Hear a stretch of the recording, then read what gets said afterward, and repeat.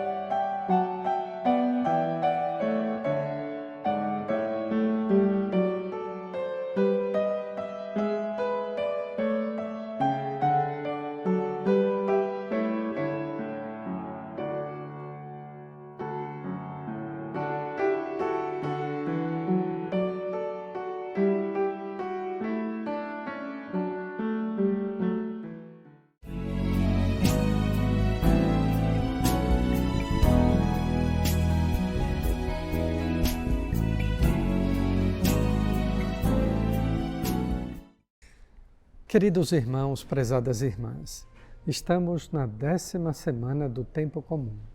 Na verdade, o tempo da esperança começou com aquela solenidade da Santíssima Trindade. Ali, aquele domingo solene já marcava o 9º domingo do tempo comum. Chegando ao 10º domingo, nós encontramos ou nos deparamos com uma cena bastante grave no Evangelho, uma polêmica, entre tantas outras ocorridas entre Jesus e os seus contemporâneos. Desta vez, os fariseus, que fazem uma indagação, ou melhor, fazem uma afirmação a respeito de Jesus, dizendo que é por Beelzebu que ele expulsa os demônios. Beelzebu, na verdade, possui a tradução literal de Deus do esterco. Aqui nós já podemos até imaginar uma tradução para uma palavra muito corriqueira e muito chula e até mesmo grosseira da nossa língua portuguesa. Mas na verdade significa isso, o Deus do esterco, o Deus da lama, da porcaria, exatamente porque Jesus, falando como Deus, criava uma afirmativa de que Ele mesmo era Deus. E esta é a nossa fé. Os fariseus, saduceus e tantos outros não creram nesta verdade de fé e chegaram a tumultuar, mais ainda, mais do que uma polêmica, a tirar a boa fama de Jesus, dizendo que ele fazia tudo isso por causa do demônio. Jesus nos sai com uma resposta muito elucidativa. A primeira, que o diabo é sempre aquele que divide. Satanás e seus demônios, portanto, não subsistem porque o seu reino é o reino da divisão. E, portanto, ele não poderia anunciar o reino de Deus proclamando a divisão. Segundo, quando Jesus se apresenta a todos os povos, e vejamos que ali ele já estava sendo rodeado, cercado por numerosa multidão, assim sublinha o evangelista São Marcos, que sequer Jesus e seus discípulos estavam tendo tempo para comer. Pois bem, quando essas multidões começam a cercar Jesus, a rodeá-lo, encantadas, maravilhadas com a sua palavra, elas já começavam a crer que verdadeiramente ali estava o Filho de Deus, Deus Filho. Só que essa profissão de fé é realizada por Pedro, por Tomé e pelos demais discípulos na força do Espírito Santo. No entanto, Jesus faz uma afirmação contundente, categórica, para aqueles que não crerem que Ele é o Filho de Deus e é Deus Filho, verdadeiramente Deus e verdadeiramente homem. E a afirmação é esta, que está aí no trecho do Evangelho. Os pecados contra o Espírito Santo nunca serão perdoados.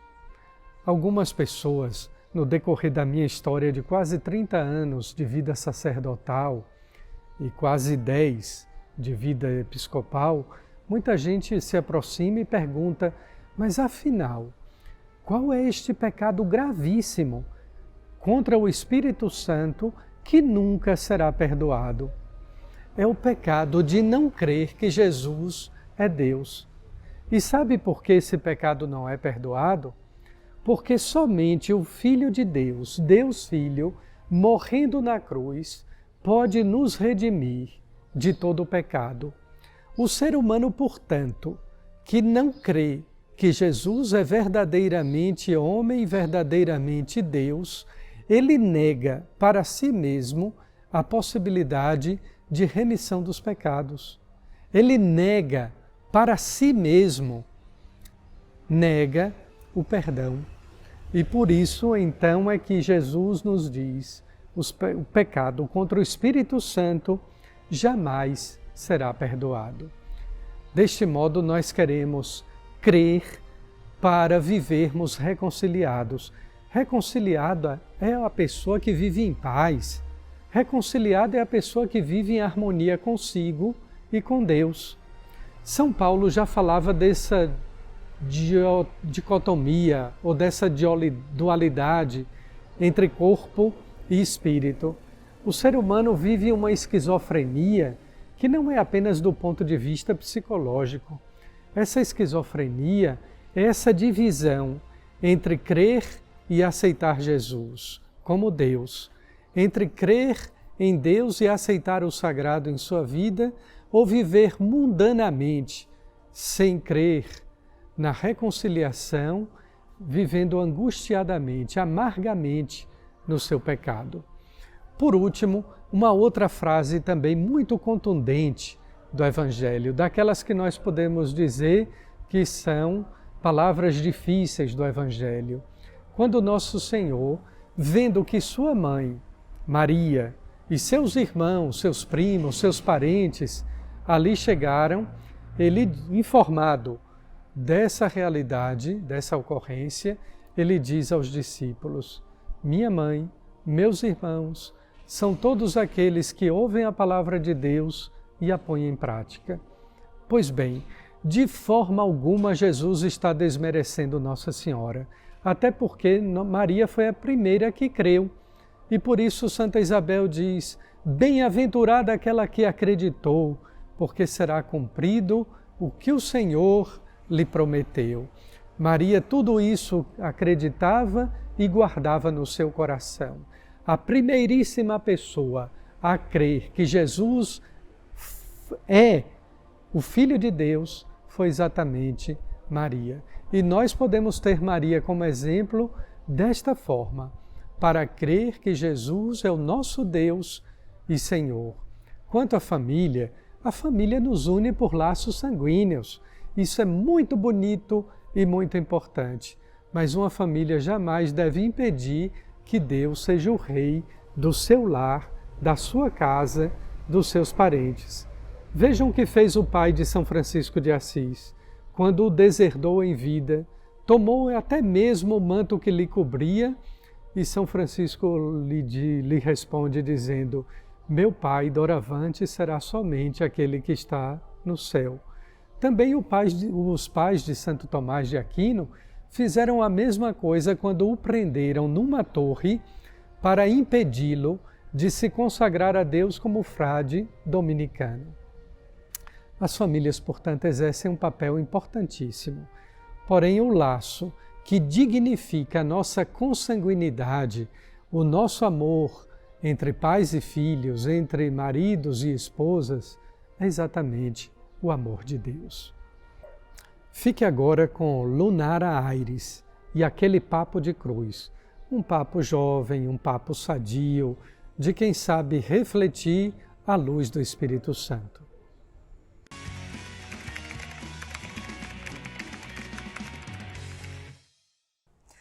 Olá, tá começando mais um Papo de Cruz e no quadro de hoje eu já começo com aquela típica fala minha que você já deve ter decorado, né? Nos ajude a evangelizar, espalhe para o máximo de pessoas possíveis o programa de todo o coração, o Papo de Cruz, e seja você também um evangelizador junto com a gente. No quadro de hoje eu convido você a meditar junto comigo na segunda leitura da liturgia deste domingo, que está em 2 Coríntios, no capítulo 4, e eu vou meditar com vocês o versículo 17, só um trechinho porque a gente espera que vocês já tenham meditado a liturgia completa, amém? Pois nossas tribulações momentâneas são leves em relação ao peso eterno de glória que elas nos preparam até o excesso. Não olhamos para as coisas que se veem, mas para as que não se veem, pois o que se vê é transitório, mas o que não se vê é eterno. Glórias a Deus. Aleluia por essa palavra de Paulo aos Coríntios, a carta que ele escreveu dando essas instruções, essas orientações ao povo de Corinto. A gente precisa lembrar e entender que todas as vezes que Paulo nos alerta sobre as coisas transitórias, ele está dizendo praticamente o seguinte: se no nosso dia a dia a gente parar e se prender em cada problema, parar e se prender em cada frustração, nós temos duas realidades. Primeiro, de uma pessoa que vai perder totalmente o controle da sua vida e, em segundo lugar, uma pessoa que não tenha o menor conhecimento de quem é Deus, porque Deus ele está no controle de todas as coisas, Deus ele pode todas as coisas. E quando a palavra nos diz que os sofrimentos, que os tormentos, que as dores, que as frustrações do momento presente não se comparam ao que está preparado para nós, eu não sei se vocês notaram, mas aqui nessa tradução da palavra diz o seguinte: a glória que elas nos preparam até o excesso, extra, o supra, o que é até mesmo para nós impossível, Deus nos dá em excesso. A gente costuma estar preso numa realidade de problema. Porque eu estou vivendo esse problema, certo? O problema te prepara para a glória. Você precisa estar com a sua visão presa na eternidade, nas coisas não transitórias. Veio um problema? Dói, eu sei que é difícil, mas sabe o que é a meta do cristão? Entender que está sofrendo é para a glória de Deus. Está sentindo dor? É para a glória de Deus. Está passando por uma provação? Amém, é para a glória de Deus. Esse sofrimento eu preciso ter plena convicção de que Deus ele cuida de mim e que esse sofrimento me prepara para a glória que há de vir, me prepara para aquela bonificação, para aquele presente, para aquele cuidado em excesso. Deus ele não falta com nada. Deus ele cuida em completude. Então, se você começar a disciplinar a sua visão humana, reclamar menos, parar de reclamar, parar de ser um poço de reclamação e acreditar de fato que Deus ele é aquele que cuida de todas as coisas, você vai começar a estar prendendo a sua visão nas coisas que são eternas e deixando as coisas transitórias de lado. Você vai experimentar o cuidado de Deus após a tempestade, como a própria palavra nos diz. Então é isso. Deus nos abençoe e nos ensine também a entender as coisas do eterno, as coisas que estão por vir, que são melhores do que as do presente. É isso. Por hoje eu me despeço. Até o próximo sábado. Tchau, tchau.